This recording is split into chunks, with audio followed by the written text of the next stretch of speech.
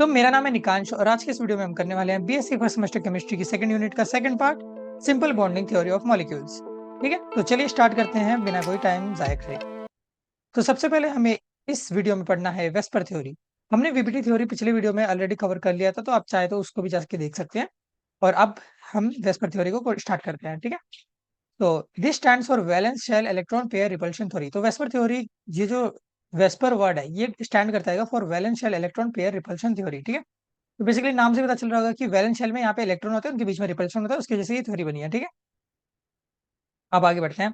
This theory gives idea about prediction of shape of molecules. देखिए, VBT ने हमको geometry के बारे में आइडिया दिया था। ठीक है, कि हम कैसे किसी भी मॉलिक्यूल के बारे में उसकी ज्योमेट्री जो है वो निकाल सकते हैं, लेकिन वो शेप के बारे में कुछ भी प्रेडिक्शन नहीं कर पाया था।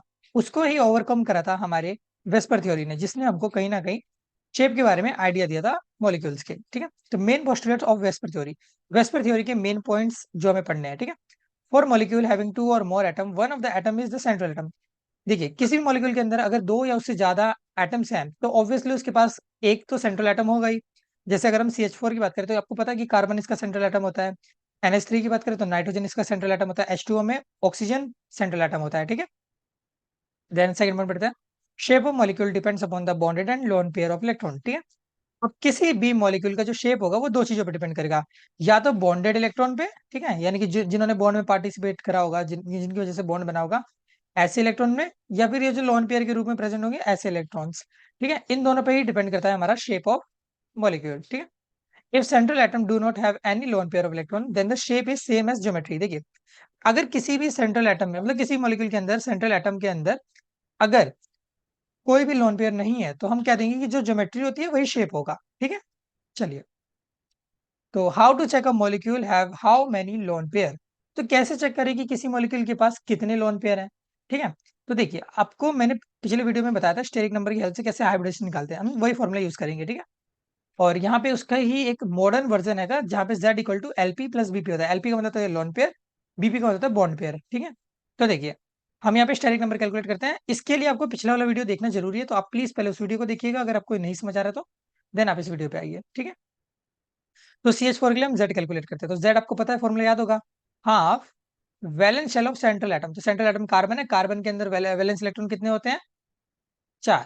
ठीक है, आपको पता है कार्बन का एटॉमिक नंबर 6 होता है, तो इसका कॉन्फ़िगरेशन 2 4 होगा, यानी कि आखिरी शेल में 4 इलेक्ट्रॉन, इसलिए हमने यहाँ पे 4 लिख दिया। ठीक है, फिर इसके ऊपर कोई भी चार्ज नहीं है तो वो तो नहीं है, तो नहीं लिखेंगे। ठीक है, और फिर हम number of monovalent atom add करते हैं। Number of monovalent atom, hydrogen यहाँ पे 4 है। ठीक है, तो 4 + 4 हमने करा, तो बेसिकली हमारे पास ये आ गया है 8/2 यानी कि 4। तो इसके अकॉर्डिंग हमारे पास इसका हाइब्रिडेशन हमें पता चल गया कि sp3 होगा।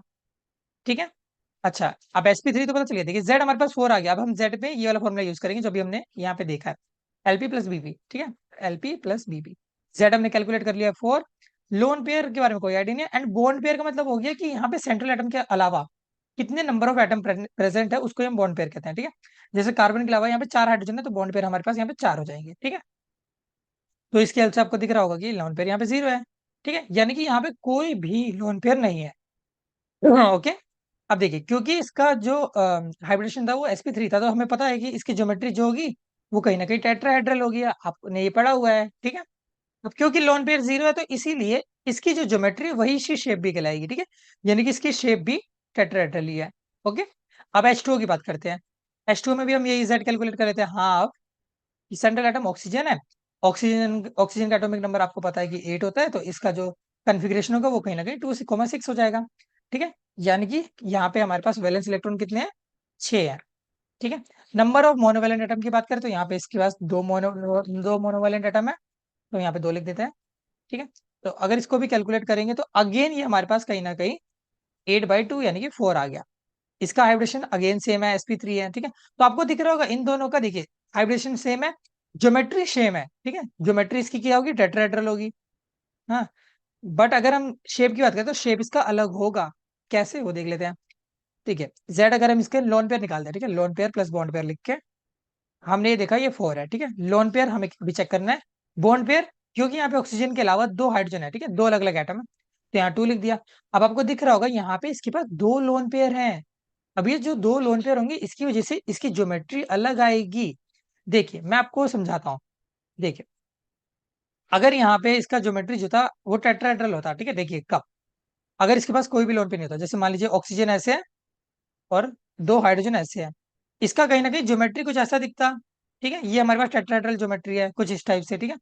लेकिन क्योंकि इसके पास दो लोन पेयर है, तो इसकी वजह से क्या होगा, इसका जो शेप होगा वो चेंज हो जाएगा। जैसे मान लीजिए दो लोन पेयर है, वो कुछ ऐसे दिखेंगे।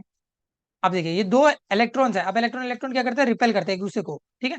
तो इनके रिपेल करने की वजह से क्या होगा, ये दोनों हाइड्रोजन बॉन्ड जो है ये कहीं ना कहीं पास पास आ जाएंगे ड्यू टू रिपल्शन, ठीक है। एंड इनका स्ट्रक्चर जो होगा वो कहीं ना कहीं समहाउ बेंड टाइप का बन जाएगा। अभी इसके बारे में अभी और डिटेल में हम आगे बात करेंगे।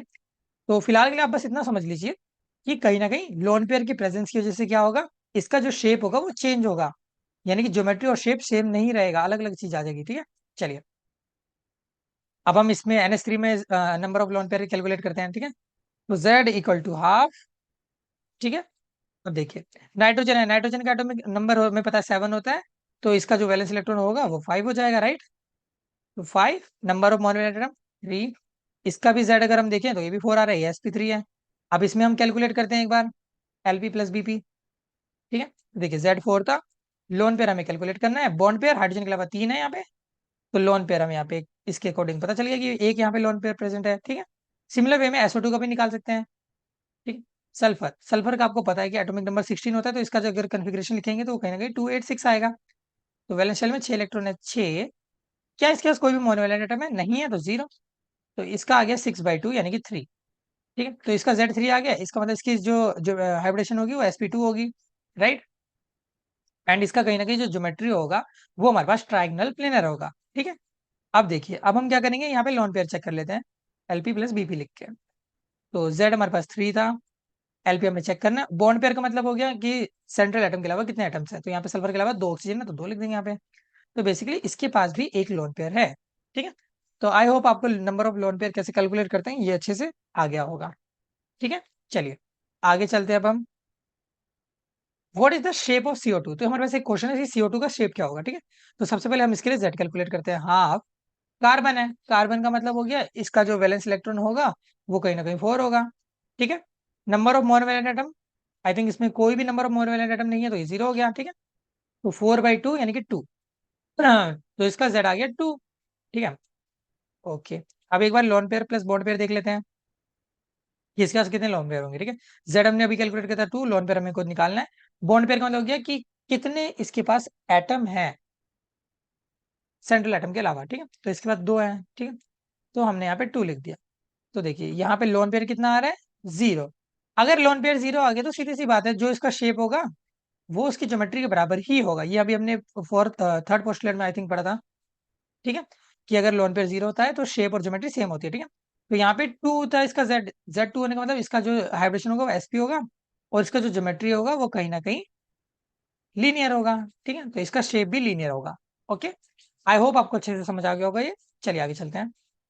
देन अब इसी पोस्टुलेट को हम आगे बढ़ाते हैं। तो electron pair have repulsion order, देखिए जो इलेक्ट्रॉन के पेयर्स होते हैं बेसिकली उनके पास रिपल्शन ऑर्डर होता है, सबसे ज्यादा रिपल्शन होता है लोन पेयर में, देन उससे कम होता है बॉन्ड पेयर लोन पेयर में, और सबसे कम होता है बॉन्ड पेयर बॉन्ड पेयर में।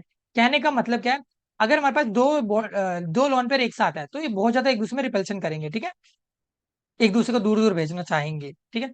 अब एक लोन पेयर है और एक बॉन्डेड इलेक्ट्रॉन है, ठीक है, तो ये इनके बीच भी रिपल्शन होगा लेकिन कंपैरेटिवली थोड़ा कम होगा। और अगर दो बॉन्ड पेयर है, ठीक है, दो बॉन्डेड इलेक्ट्रॉन्स आएंगे तो ये कहीं ना कहीं रिपल्शन बहुत ज्यादा कम करेंगे, ठीक है। If central atom have lone pair then the shape is distorted, ठीक है। अब देखिए अगर हमारे पास सेंट्रल एटम के पास लोन पेयर है तो मैंने भी आपको बताया था कि शेप और ज्योमेट्री सेम नहीं आते हैं, शेप अलग आती है, ठीक है। अब इसी शेप की वो हमने पढ़ना है, ठीक है। तो एक बार देख लेते हैं CO2 और यहाँ पे SO2 का एग्जाम्पल लिखा हुआ है, इसको हम एक बार समझने की कोशिश करते हैं, ठीक है। तो CO2 को देखते हैं, Z कैलकुलेट करें, हाफ कार्बन, कार्बन का वैलेंस इलेक्ट्रॉन कितने होते हैं, हाँ जी 4, ठीक है। इसके पास कोई भी मोनोवैलेंट एटम नहीं है तो 0। तो बेसिकली हमारे पास इसका Z2 आ गया, यानी कि इसका जो हाइब्रिडेशन है वो sp हो गया, ठीक है।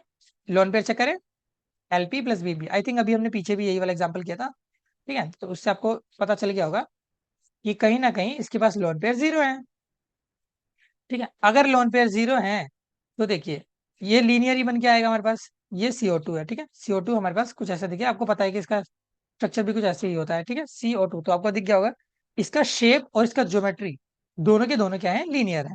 ठीक है, शेप एंड ज्योमेट्री दोनों के दोनों लीनियर है।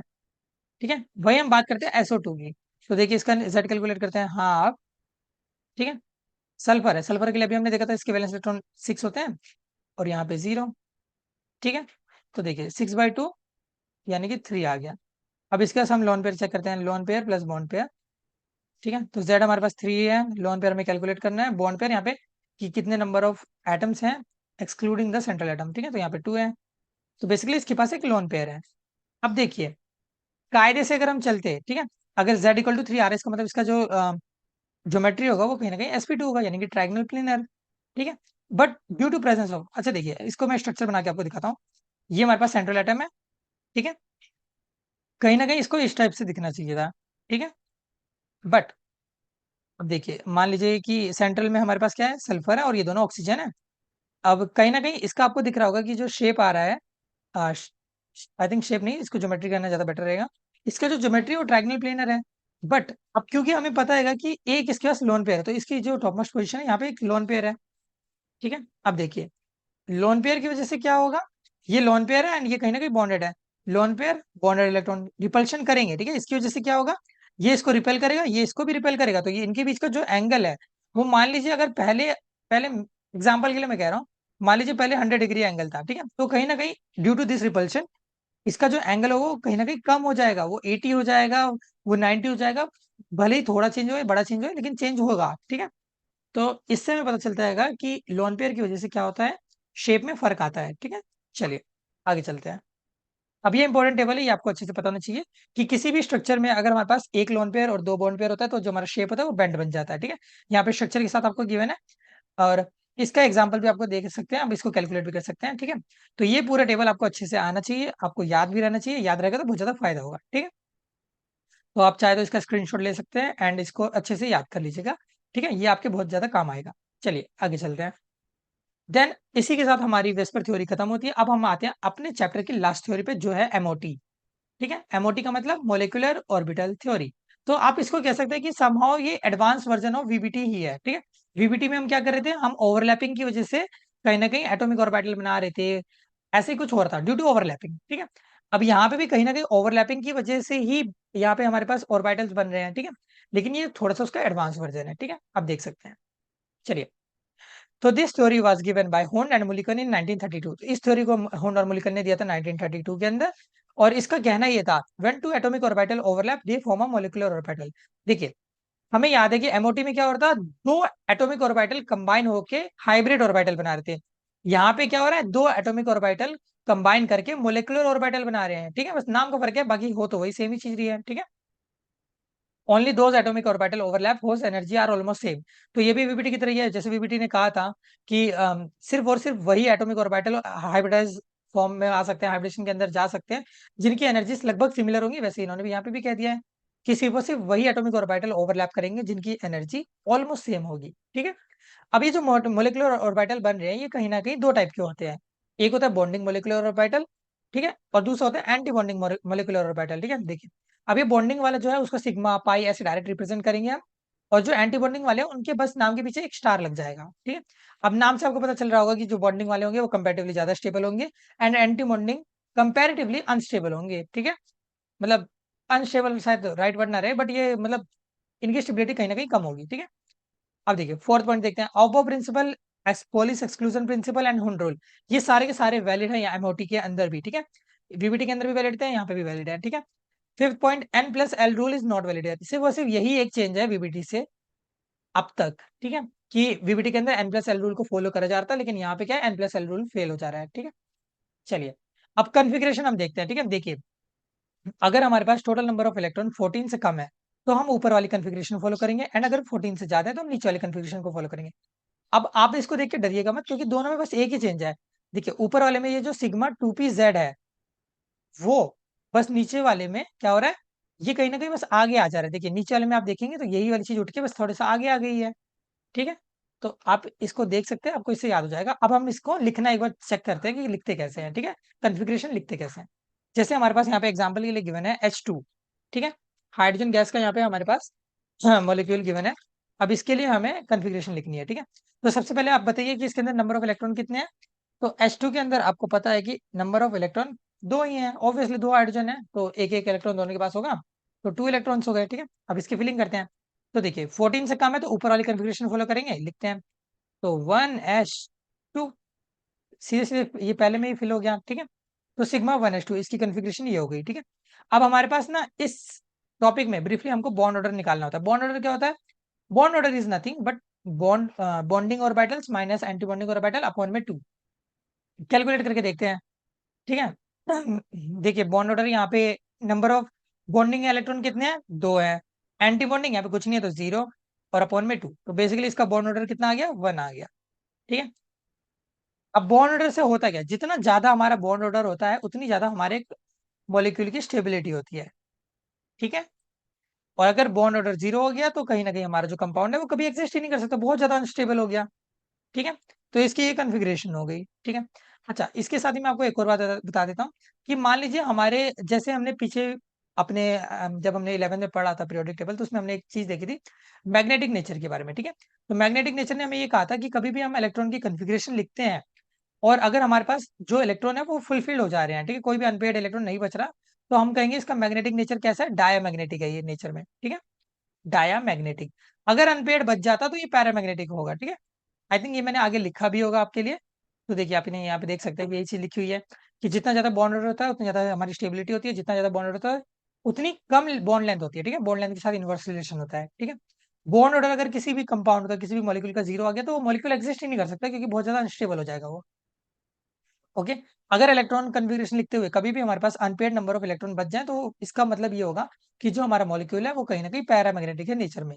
वहीं अगर पेयरिंग सारे इलेक्ट्रॉन पेयर्ड हो जाते हैं, कोई भी इलेक्ट्रॉन जो है वो अनपेयर्ड नहीं बचता, तो हमारा जो मॉलिक्यूल होगा वो डायमैग्नेटिक हो जाएगा नेचर में, ठीक है। चलिए अब हम एक बार फिर इसमें यहाँ पे कन्फिग्रेशन लिखते हैं। तो जैसे He2 है तो आपको पता है कि इसके पास 4 इलेक्ट्रॉन होंगे, ठीक है।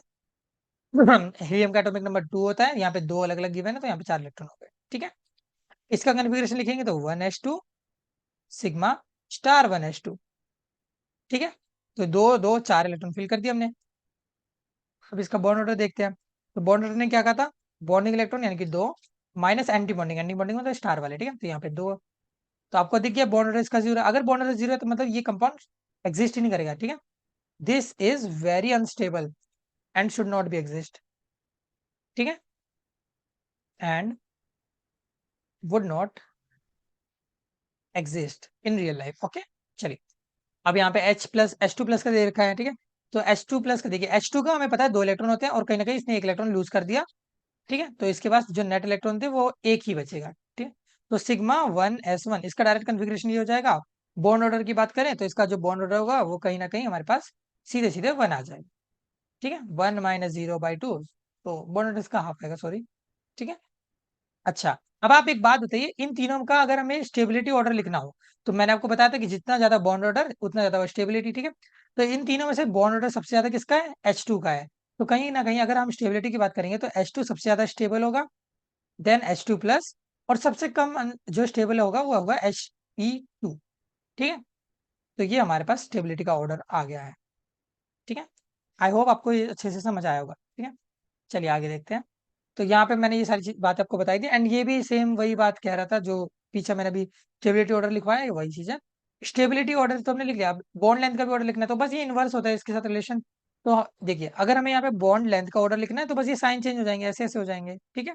बाकी ये H2 रहेगा, ये H2+ रहेगा एंड ये He2 रहेगा सेम, ठीक है। तो बॉन्ड लेंथ उल्टा हो जाएगा बस, ठीक है।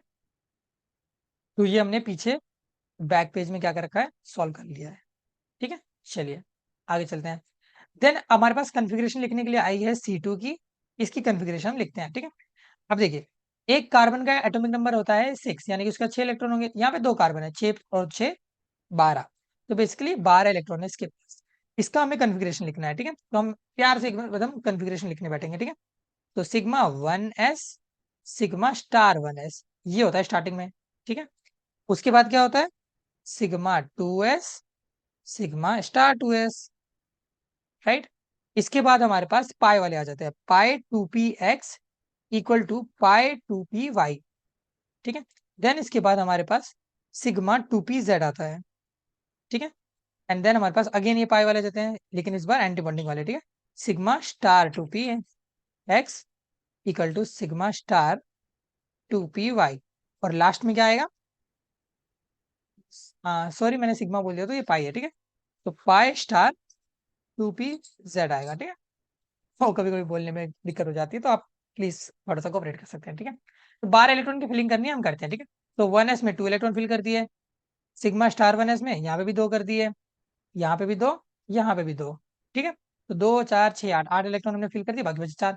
अब देखिए अगर ये दोनों इक्वल है तो हम एक एक करके इलेक्ट्रॉन की फिलिंग करेंगे यहाँ पे, ठीक है। तो देखिए 8 हमने कर दिए, 9 10 11 12। तो इसका कन्फिग्रेशन कहीं ना कहीं कुछ इस टाइप से दिखेगा, ठीक है। आगे अगर यूज नहीं हुआ तो इसको लिखने की जरूरत नहीं है, हमारा कन्फिग्रेशन हो गया खत्म, ठीक है। इजी था। चलिए अब हम ऑक्सीजन का लिखते हैं। ऑक्सीजन का आपको पता है कि atomic number of oxygen is 8। यहाँ पे दो अलग अलग ऑक्सीजन है, तो 8 और 8 16, तो इसके पास नंबर ऑफ इलेक्ट्रॉन भी 16 ही होंगे। जितना एटॉमिक नंबर होता है उतने ही नंबर ऑफ इलेक्ट्रॉन्स भी होते हैं, ठीक है। तो अब 16 इलेक्ट्रॉन के लिए हमें यहाँ पे कन्फिग्रेशन लिखनी है, राइट। तो एक बार लिख लेते हैं कन्फिग्रेशन, हमें कोई दिक्कत नहीं आएगी, ठीक है। तो क्योंकि ये 16 से बड़ा है, तो हमें दूसरी वाली नीचे वाली जो कन्फिग्रेशन हमने देखी थी, ठीक है, ये जो हमने नीचे कन्फिग्रेशन देखी थी नीचे वाली, हम ये यूज करेंगे, ठीक है।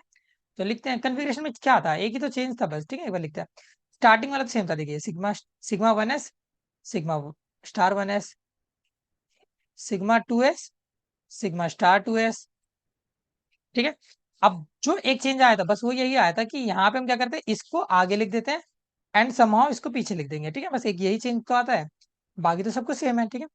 तो देखिए sigma 2p z, okay, then pi 2p x equal to pi 2p y, ठीक है। अब इसके बाद जैसे जो कन्फिग्रेशन थी आप सेम उसको ही उसी ऑर्डर में लगा दीजिए, ठीक है। तो चलिए अब हम आगे का भी चाहें तो ऐसे लिख सकते हैं, ठीक। देखिए pi star 2p x equal to pi star 2p y, and last में क्या है हमारे पास, पाई स्टार 2p z, ठीक है। हमने कन्फिग्रेशन अच्छे से लिख ली, जो भी चेंज था हमने देख लिया। इलेक्ट्रॉन की फिलिंग करते हैं, 2 electron 2 electron 2 electron 2 electron, 8 electron तो ऐसे सीधे सीधे फिल हो गए। अब ये पी 2p z है, इसके पास भी 2 इलेक्ट्रॉन हम भेज दे सकते हैं, 2 4 6 8 10 11 12, ठीक है। तो एक एक करके यहाँ पे फिलिंग करते हैं, तो इससे हमें पता चल गया। अच्छा मैंने 12 क्यों करे, सॉरी 16 करे ना, 2 4 6 8 10, ठीक है, 11 12 13 14 15 16, ठीक है। तो ऐसे इसकी कन्फिग्रेशन हमने लिख दी है, राइट। चलिए अब आगे चलते हैं हम, how to make energy level diagrams, ठीक है। तो एनर्जी लेवल डायग्राम कैसे बनाते हैं हमें इसको समझना है, ठीक है। तो चलिए एक बार इसको समझने की कोशिश करते हैं, ठीक है, कि ये होता कैसे। सबसे पहले तो आपको ये 3 ऐसे डब्बे बनाने आने चाहिए, ठीक है, सबसे बेसिक है। कोई 3 डब्बे अगर बनाने आते हैं तो आप कोई सा भी एनर्जी लेवल डायग्राम आराम से बना सकते हैं। इस टॉपिक में बहुत ज्यादा बच्चे डरते हैं, लेकिन आपको नहीं डरना, ठीक है, बहुत ज्यादा इजी टॉपिक है, हम इजीली कर सकते हैं, ठीक है। अब देखिए 3 बॉक्स बना दिए, अब आपको बस एक चीज ट्राई करनी है, चेक करनी है, सबसे टॉप मोस्ट वाले पे आप इसके अंदर एक सब डब्बा फिर से बना देंगे, ठीक है। एक डब्बा, बस एक एडिशनली और डब्बा बनाया है, ठीक है। अब देखिए हमें कन्फिग्रेशन याद है, देखिए यहाँ पे हम C2 का लिख रहे हैं, ठीक है। कन्फिग्रेशन आपको अच्छे से याद है कि सबसे पहले हम क्या करते हैं, नीचे से स्टार्ट करेंगे, ठीक है। हमेशा नीचे से ऊपर की तरफ डायग्राम में हमें एनर्जी फिलिंग करनी है, ठीक है।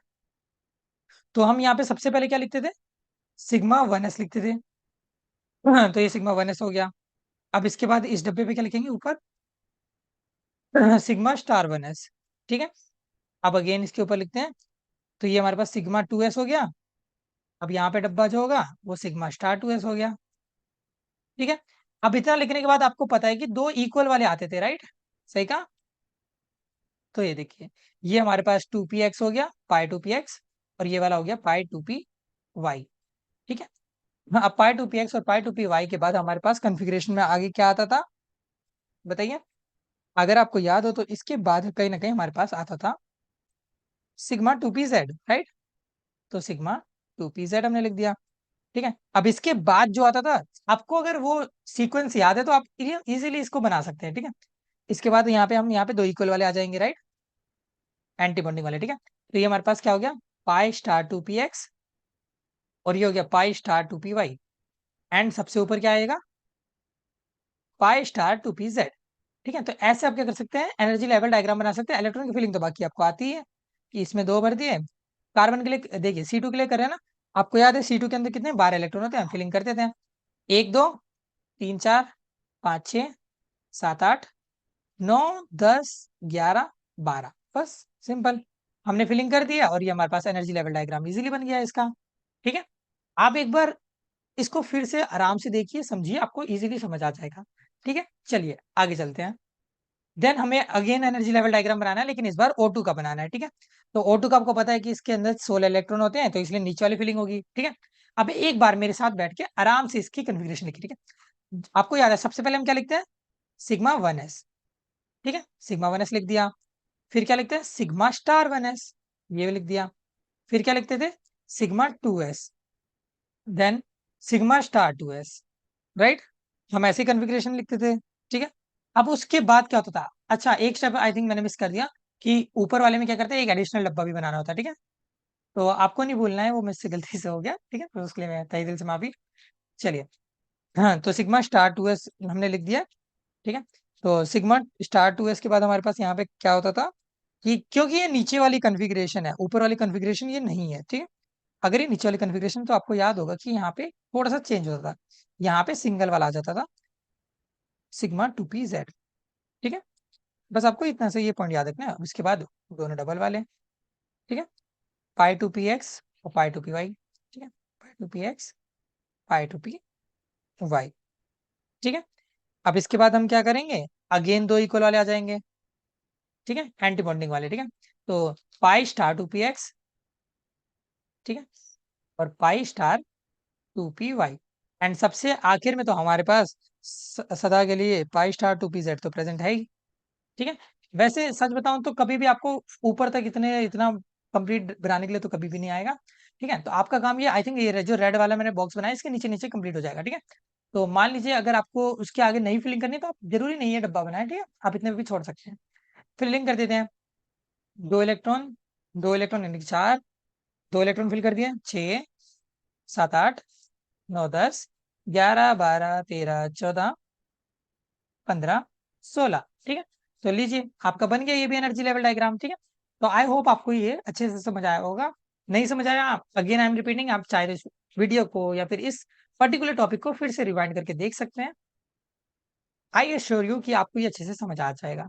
ठीक है, तो इसके साथ ही हमारे पास एमओटी थ्योरी कंप्लीट होती है, और इसके साथ ही हमारा ये यूनिट 2 भी कंप्लीट होता है। ठीक है, अब मैंने इसके बाद वाले जो यूनिट्स हैं वो भी अपलोड कर दिए हैं, प्लेलिस्ट में ऐड कर दिए, आप चाहे तो उसको भी देख सकते हैं, विजिट कर सकते हैं। ठीक है, तो अगर इसके अंदर आपको कोई भी प्रॉब्लम आती है, कोई भी इशू आता है, तो आप मुझसे कमेंट बॉक्स में पूछ सकते हैं, and I will glad to answer you. ठीक है, तो एक बार फिर से देख लेते हैं हमने इस बार इस वीडियो में क्या क्या पढ़ा। तो हमने सबसे पहले वेस्पर थ्योरी पढ़ी। वेस्पर थ्योरी ने क्या कहा था, बेसिकली इसने रिपल्शन के थ्रू हम लोन पेयर के थ्रू हमसे शेप के बारे में पूछ बताया था। ठीक है, कि कैसे हम शेप को कैलकुलेट कर सकते हैं किसी भी मॉलिक्यूल के बारे में। ठीक है, फिर मैंने आपको यहाँ पे लोन पेयर कैलकुलेट करना सिखा ही दिया था, तो आई होप आपको अच्छे से आ गया होगा वो। ठीक है, बाकी ये वाला टेबल रहेगा, ये आपको अच्छे से याद रखना है। ठीक है, उसके बाद हमने एमओटी पढ़ा था। एमओटी क्या है, वीबीटी का ही एडवांस वर्जन है। ठीक है, उसके बाद इसमें जो मोस्ट इंपोर्टेंट काम है वो हमारे पास इसकी इलेक्ट्रॉन फिलिंग है। ठीक है, bond order, electron filling, magnetic nature, ये सब मैंने आपको बता दिया। आप इससे कर सकते हैं, आप क्वेश्चन प्रैक्टिस कर सकते हैं, आप कर पाएंगे। ठीक है, एंड जल्दी मैं यहाँ पे क्वेश्चन सेशंस भी लाऊंगा जिसमें हम और ज़्यादा क्वेश्चन सॉल्व करेंगे। बाकी इसमें इस लेवल तक अभी जितना आपको करना चाहिए उसमें इसमें उतने ही क्वेश्चन भी करा दिए हैं। ठीक है, तो चलिए आज के लिए इतना बहुत है, मिलते हैं नेक्स्ट वीडियो में। Best of luck for future, all the best.